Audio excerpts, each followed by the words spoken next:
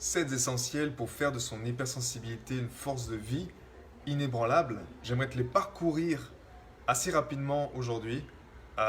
C'est littéralement 7 années de ma vie. À chaque fois, ça a été des recherches intensives, que ce soit de l'apprentissage, que ce soit de me former, que ce soit de vivre l'expérience. Mais en fait, elles se sont faites dans cet ordre-là. Et ce qui est intéressant de voir, c'est que on part du plus important. Et puis naturellement après, on évolue vers les choses qui sont un peu moins importantes, mais qui ont toute leur importance quelque part. Pour moi, ces essentiels, c'est un mode de vie en fait. C'est ce qui fait que j'ai un mode de vie plutôt minimaliste, simple, mais en fait qui garantit pour moi mon hypersensibilité reste une force de vie inébranlable, dans ce sens-là. Alors le premier essentiel, naturellement, c'est le cœur ne pense pas, il sait. Je ne vais pas encore une fois aller en détail, mais juste de parcourir le concept par mon expérience. Pour moi, à l'époque, c'était le chiffre s'est vraiment fait. J'étais bloqué dans la tête. Je n'arrivais pas à trouver une solution. Je tombais malade. J'étais devenu l'esclave de mon corps, l'esclave de mon mental. Et ce qui s'est passé au sein d'un stage de permaculture, c'est que les matins, on faisait cette pratique qu'il appelait la syntonisation, qui est assez proche de l'harmonisation du cœur. Et lorsque j'ai réalisé ça, en fait, pour la première fois de ma vie à 23 ans, mon cœur s'est ouvert. Et c'est comme si je m'étais rebranché à une information de vie. Et de là, toute ma vie a changé. Et ça m'a amené en fait rapidement à découvrir le deuxième essentiel, qui est l'eau, le miracle oublié. Là, je me suis formé à lire des bouquins sur l'eau. Ce qui était intéressant, c'est que j'avais une formation en master en ingénierie de l'eau. C'est comme si j'avais toujours cette connexion à l'eau. Je cherchais quelque chose au fond de l'eau. Et ça m'a amené en fait à découvrir les travaux de Jacques Collin, de Masaru Emoto. Je ne cherchais pas trop le côté ingénierie, je cherchais le côté énergie de l'eau. Donc je me suis formé là-dedans. Et c'est comme ça que j'ai pu, de là ensuite, on va dire, régénérer mon corps en lui redonnant une eau de qualité et en comprenant également qu'est-ce qu'il y a derrière l'eau. Et comment tu peux t'en servir comme une substance de transformation. Comment tu peux informer l'eau chaque jour, chaque soir. Comment tu peux lui donner des informations grâce au cœur. Un simple merci, par exemple, avec un verre d'eau, ça peut avoir une transformation extraordinaire. Ensuite, quand l'eau a fait son travail, c'est-à-dire que le cœur s'est reconnecté, waouh! L'eau, mais liquide, j'ai commencé à redonner un peu plus d'eau et de la bonne qualité. Naturellement, mon corps a demandé ce côté de l'alimentation. Et ça, c'est le troisième essentiel, c'est alcaliniser pour énergiser. Et là, à cette époque-là, je suis parti me former. J'étais intéressé par Irène Grosjean, j'avais découvert sa vidéo La vie en abondance, et puis j'étais tombé en larmes. Je me souviendrai toute ma vie. Je me disais enfin une femme qui me comprend. C'est comme si pour la première fois mon cœur, mon aide disait mais c'est ça que j'ai besoin, c'est ça que j'ai besoin. Et j'étais tellement heureux en fait d'avoir trouvé ma vérité, d'avoir trouvé ce que j'avais besoin à l'époque. J'étais vraiment pas bien avec mon corps, que j'en ai versé des larmes à plus en pouvoir. Et j'ai pris un rendez-vous avec elle. Et à la fin de la séance, elle m'a dit Maxime, viens travailler avec moi. Ce sera mon assistant personnel, j'ai besoin d'aide. Et je sens que tu peux être d'une bonne aide dans ce sens-là. Moi, je suis tombé sur le cul et j'ai dit ok. J'ai plaqué tout. J'étais à ce moment-là dans le sud-ouest. J'ai quitté mon temps partiel dans le magasin bio et je suis parti travailler aux côtés d'Irène Grosjean pendant une année où j'ai appris vraiment tout sur la naturopathie, également sur l'aromathérapie parce que sa fille Nelly Grosjean est une experte en aromathérapie et on était au musée des arômes et du parfum de Graveson dans lequel moi je gérais à la fois les stagiaires, à la fois la communication avec les membres d'Irène Grosjean et jusqu'à finir à être le restaurateur. Il y avait une petite cabane, on va dire, la cabane bambou, une petite restauration vivante, énergisante, plutôt crue. On était vraiment dans l'alimentation vivante. Et je m'occupais en fait des stagiaires, de donner à manger aux stagiaires. Donc je cuisinais pour les stagiaires d'Irène.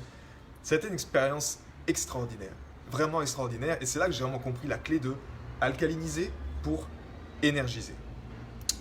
Mais en fait, c'était pas suffisant. Et ça m'amène au quatrième point, et ça, c'est le côté plutôt énergie.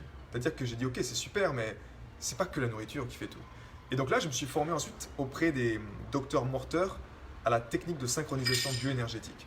Là, je voulais aller plutôt taper dans mon inconscient et puis travailler vraiment en profondeur pour déloger ces couches inconscientes, pour mettre en lumière avec l'énergie de vie les choses que, vu qu'il y avait de la douleur, mon inconscient ne voulait pas le voir. Et ce quatrième, c'est justement le souffle et l'énergie de vie en mouvement. Et c'est quelque chose qui peut paraître bête également, mais quand tu as le cœur qui a repris sa place de maître, le mental, simple serviteur du cœur, que tu te reconnectes à l'eau, c'est-à-dire à ces 80% que sont fait ton corps en fait, ok, qui est fait ton corps. Ensuite, que tu lui donnes la bonne nourriture, en tout cas des choses qui lui font du bien. Et ensuite que tu prends conscience de ce souffle et que dans ce souffle, il y a un chi d'énergie que tu peux sentir dans tes mains. C'est là où j'ai découvert également le test musculaire. Et que tu comprends également l'importance de le mettre en mouvement. Parce que nos émotions, ce sont de l'énergie in motion, de l'énergie en mouvement, emotion. Donc, en me formant là-dedans, j'ai pu aller voir ce qui se passait un peu plus en bas avec mes émotions et aller déloger des blocages qui étaient profonds pour moi. Je me souviendrai toujours lors d'une séance avec les docteurs Morteur à Paris, il m'avait fait une libération sur mon papa. Et petit, j'avais toujours mis mon papa sur un piédestal parce c'était MacGyver, il réparait tout, il faisait tout bien. C'était juste le papa idéal en fait. Mais moi, j'étais tellement un peu dans l'ombre, j'arrivais pas, j'avais mon hypersensibilité, j'étais pas en bonne santé. C'est comme si je voulais être comme lui, mais je pouvais pas. J'étais pas quelqu'un de manuel et j'étais pas à sa hauteur. Et donc, j'avais mis quelque chose qui m'empêchait de prendre ma place d'homme, qui m'empêchait d'être heureux. Et en faisant cette libération émotionnelle, je me vois encore dans cette allée avec ces arbres, ces cerisiers japonais en fleurs. Et dans cette libération émotionnelle, je riais, je pleurais, je riais, je pleurais. Comme si pour la première fois, je m'autorisais à jouir de la vie, juste en ayant libéré ça en fait en moi. Et là, je me suis dit, waouh, c'est juste extraordinaire. Et ça m'a amené ensuite au cinquième point. Le cinquième point, c'était que j'étais toujours en course. Quand tu as un éveil, tu sais, spirituel, tu es toujours en course. C'est comme si tu peux pas l'expliquer, mais c'est quoi de neuf docteur? Et puis, faut que tu partes, faut que tu ailles te former là-bas, faut que tu ailles faire ci, faut que tu ailles faire ça, faut que tu ailles... Dans cette folie-là, en fait, j'en oublie quelque part le repos. Le repos, c'était quelque chose qui était genre, c'est bon, j'aurai le temps de dormir quand je serai mort, quoi, tu vois.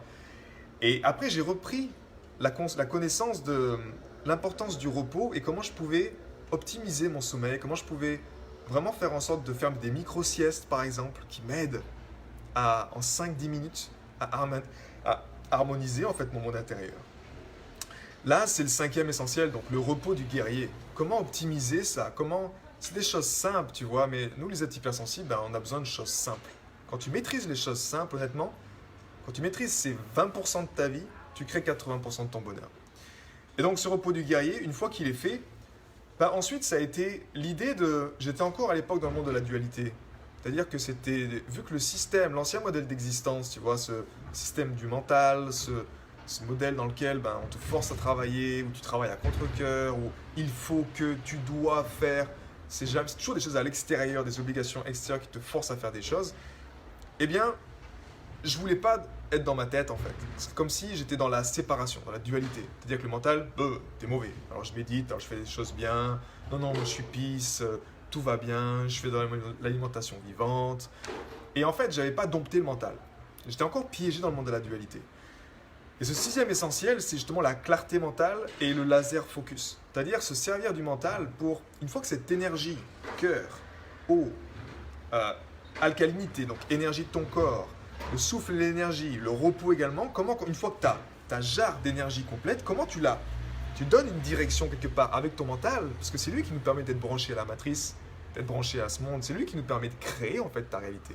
C'est lui qui te permet également de focaliser, de prendre conscience que il y a un monde, il y a des règles du jeu, tu ne veux pas être dans le déni, ou ne pas vouloir considérer l'argent, ou ne pas vouloir considérer, je sais pas, des problèmes, tu vois, que tu dis non, moi je suis pas comme ça, c'est pas possible. Donc là, l'idée, c'était vraiment de dompter ça. Et pour ça, on a besoin de clarté mentale. Pourquoi? Parce que quand tu as une énergie ici dans ton cœur et que tu as envie d'envoyer quelque chose qui est important pour toi dans ta vie, quelque chose qui a du sens, quelque chose qui... Ça peut être un message de cœur que tu veux partager à l'humanité. Tu vois, comme moi, c'était ça, c'était un message de cœur.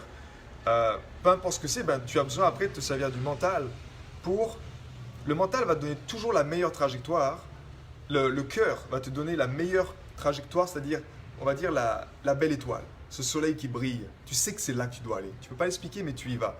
Et le mental va t'aider de jour en jour à te dire, ok, je vais commencer là, après je vais faire ça, je vais faire ça, je vais faire ça. Donc lui, c'est plutôt celui qui t'aide à comment y aller, tu vois. Mais si tu n'as pas le pourquoi qui vient du cœur, qui te pousse constamment, Ben, ce comment, en fait, tu tournes en rond ou tu tombes dans les papiers d'autres personnes, tu construis le rêve des autres, en fait. Et c'est pas comme la coccinelle, tu vois, c'est comme si elle se retrouvait chez les fourmis, puis allez, on va bosser avec les fourmis. Ben, ça n'a pas de sens. Pourquoi? Parce que tu n'es pas épanoui, tu fais parce que tu as ce pourquoi tu es fait. Et donc, maîtriser ce mental était vital. Et une fois que tu maîtrises, que tu domptes le mental avec l'énergie du cœur, visualise ça vraiment comme l'harmonisation du cœur te permet de restimuler ces 40 000 neurones que tu portes dans ton cœur. Quand on parle de reprogrammation mentale, ce n'est pas le mental qui se reprogramme par lui-même. Ce sont les neurones du cœur, c'est-à-dire cette information qui vient de l'intelligence universelle, cette énergie qui fait battre notre cœur. C'est cette énergie-là qu'il faut la faire quelque part remonter pour qu'elle reprenne le contrôle du mental. Et que tu ne sois pas esclave, par exemple, de ton corps, ou esclave d'addiction alimentaire, ou esclave de tes programmes intérieurs, ou esclave de ton karma, peu importe comment tu l'appelles, mais ces choses familiales, tu vois, qui t'empêchent de mettre en lumière ça. Quand ton cœur met en lumière ces réseaux de neurones, ils travaillent ensemble. C'est plus juste le mental qui fait sa route et ton cœur qui est esclave, c'est on travaille ensemble, mais le cœur, c'est lui le chef d'orchestre. Quand ça c'est fait en fait, eh bien, c'est beaucoup plus simple de connaître la direction et de savoir où tu vas et avec ton mental t'en servir avec les règles du jeu actuel, avec ce qui existe pour passer à l'action et faire le job. Et en même temps, ce qui a été vital, tu vois, quand on parle, c'est le 7e essentiel, c'est la voix et le langage. Et la voix et le langage, ça peut paraître tellement simple, tu vois. Pourtant, ce qui est intéressant de voir, c'est que des enfants qui parlent un langage différent, eh bien, ils ont des comportements différents. Ils perçoivent le monde de manière différente. Et donc, il y a quelque chose de très intéressant derrière ce langage. Tu as un film qui est vraiment fantastique. Je te mettrai le lien en commentaire. Arrival en anglais. Arrival, comme l'arrivée en fait. C'est Arrival qui parle justement de ce langage universel du cœur. Et quand tu as la connaissance de ça, c'est-à-dire de cette voix, de la voix, le pouvoir de la voix, parce que pour moi, quand j'avais terminé, on va dire, ces cycles-là, en gros, la clarté mentale et le laser focus, ça s'est traduit pour moi par un diplôme de coaching. Donc j'étais coach. Et quand j'étais coach, je me suis dit, j'ai pas envie de coacher les gens. C'est pas que j'avais pas envie, mais comme si mon âme m'a dit, mais non, Max, en fait, maintenant tu as eu ton diplôme de coach, tu avais un rêve gamin, tu voulais vivre de la musique, alors maintenant passe à l'action et vis de la musique. Et la voix, naturellement, ça a été un peu l'affirmation de mon être, parce que je chantais pendant 5 ans, c'est ce que j'ai fait en Suisse. Et je chantais en anglais, je chantais en espagnol, je chantais en italien, en français. Et ces langues, cette vibration de la voix et du langage me faisait m'affirmer à chaque fois. C'est extraordinaire de voir comment quand tu te connectes à une chanson et que tu la chantes, tu vois, et tu changes de langage, tu perçois les choses différemment, tu t'affirmes différemment. Et c'est ça qui est juste merveilleux. Donc c'est extraordinaire de pouvoir être conscient de ça, être conscient du pouvoir de la voix et du langage et de pas juste arrêter ta vérité ici, tu vois, au niveau de la gorge. Nous, on a besoin de la faire sortir. Donc voilà, ce sont 7 essentiels qu'on a parcourus simplement, tu vois. Le premier, c'est le cœur ne pense pas, il sait, avec l'harmonisation du cœur. Le deuxième, c'est l'eau, le miracle oublié. Le troisième, c'est alcaliniser pour énergiser. Le quatrième, c'est le souffle et l'énergie de vie en mouvement. Le cinquième, c'est le repos du guerrier. Sixième, clarté mentale et laser focus. Et le septième, c'est la voix et le langage. Ces 7 essentiels, je les ai réunis. En fait, ça constitue, donc c'était le début de mon aventure, de mon histoire.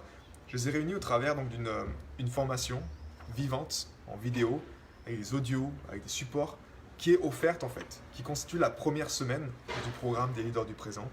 Tu as plus de, on va dire, 6h50 de formation.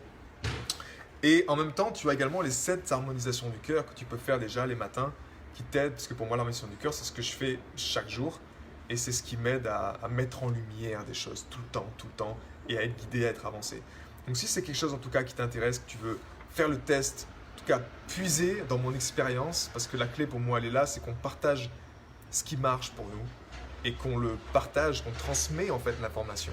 C'est qu'une question d'information sur la planète et quand on a les bonnes informations, si j'avais eu ces informations-là à 23 ans, tu vois, ça aurait été juste merveilleux et j'aurais pu simplement avancer, mais comme on sait, le chemin est parfait comme il est. Et si tu sens en tout cas que l'un de ces, si tu veux juste venir prendre un point ici qui t'a fait tilt, pour moi c'est juste ça. Tu es un être, nous sommes des êtres en évolution et si tu sens quelque chose qui t'a fait ah, ça m'appelle. Si c'est l'harmonisation du cœur, ou si c'est le repos, peu importe ce que c'est, tu vois. Mais si tu as eu quelque chose qui t'a appelé, alors va simplement, c'est une semaine, c'est gratuit, 100% offert, va puiser les choses qui sont importantes pour toi, simplement. Et naturellement après, c'est surtout de les mettre en application dans ton quotidien, de les intégrer, parce que sans ça, naturellement, ça ne servira à rien. Voilà, passe une excellente fin de soirée, et puis je te dis à bientôt dans une prochaine vidéo. A plus.